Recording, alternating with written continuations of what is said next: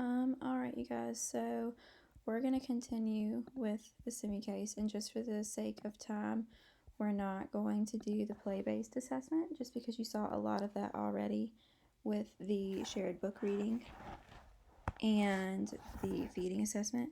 So the next portion that we're going to do is findings. So you would go through, and first you would talk about the medical diagnosis.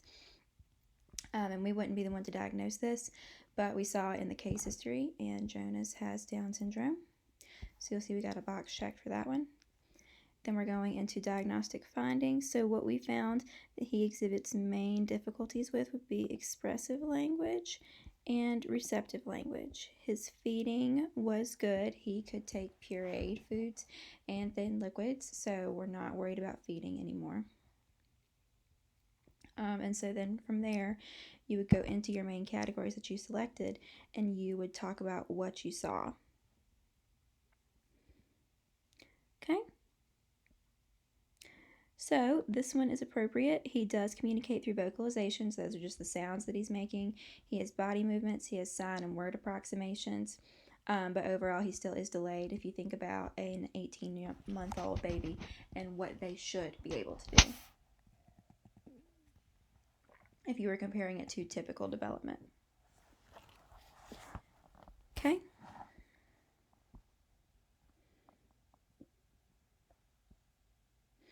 This one's also appropriate. He does respond well to the clinician and parent language facilitation, and he engages and interacts. Okay. That one is not accurate.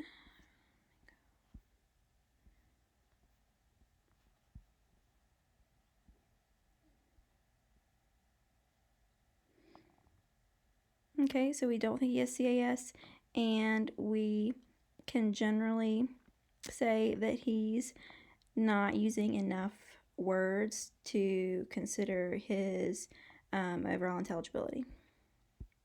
So we're going to move into receptive language. So he's not in the above average range.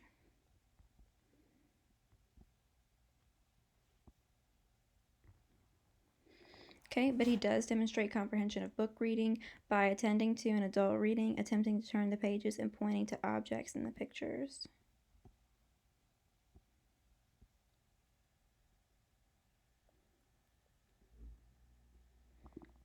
Okay. So he does follow simple one-step directions, especially if the directions are implied, like what the occupational therapist was saying. If it's something that he knows he probably should be doing, he will follow that routine. He does engage in turn taking.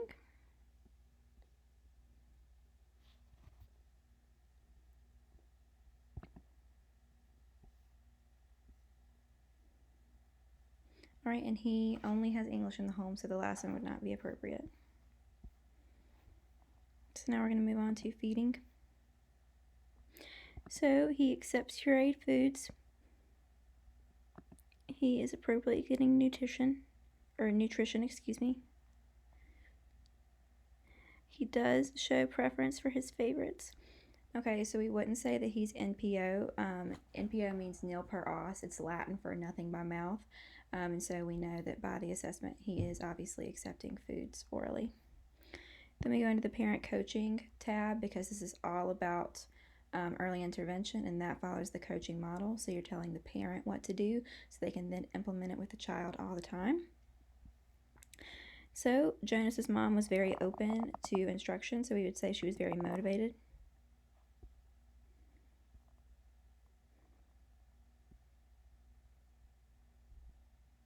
Okay, so they're open to modeling, and they accept feedback to improve their language facilitation skills with Jonas.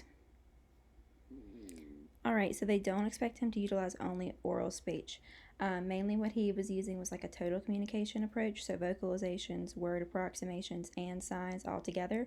So basically they're just throwing all kinds of language input at him and kind of seeing which one he's going to take off with. Okay, they have developed feeding strategies.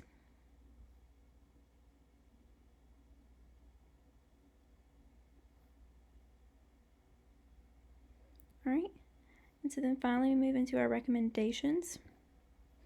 And so we would talk about the most appropriate recommendation from the choices below. So what would we be telling the parents?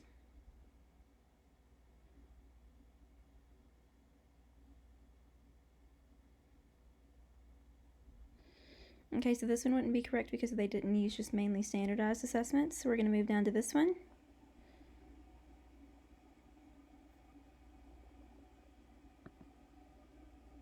All right. And that is the end of the simulation. So at this point you would submit the case and you would get specific feedback. And we don't have any long-term or short-term goals to add.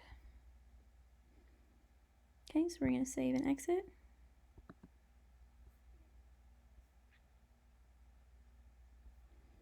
All right, and that is the end of the semi-case tutorial. So make sure that you went through and answered those questions and then have them submitted by the Monday that we come back from break. So I think it's the 2nd. And if you have any questions from the video, put those in your assignment and we'll be sure to discuss them in class.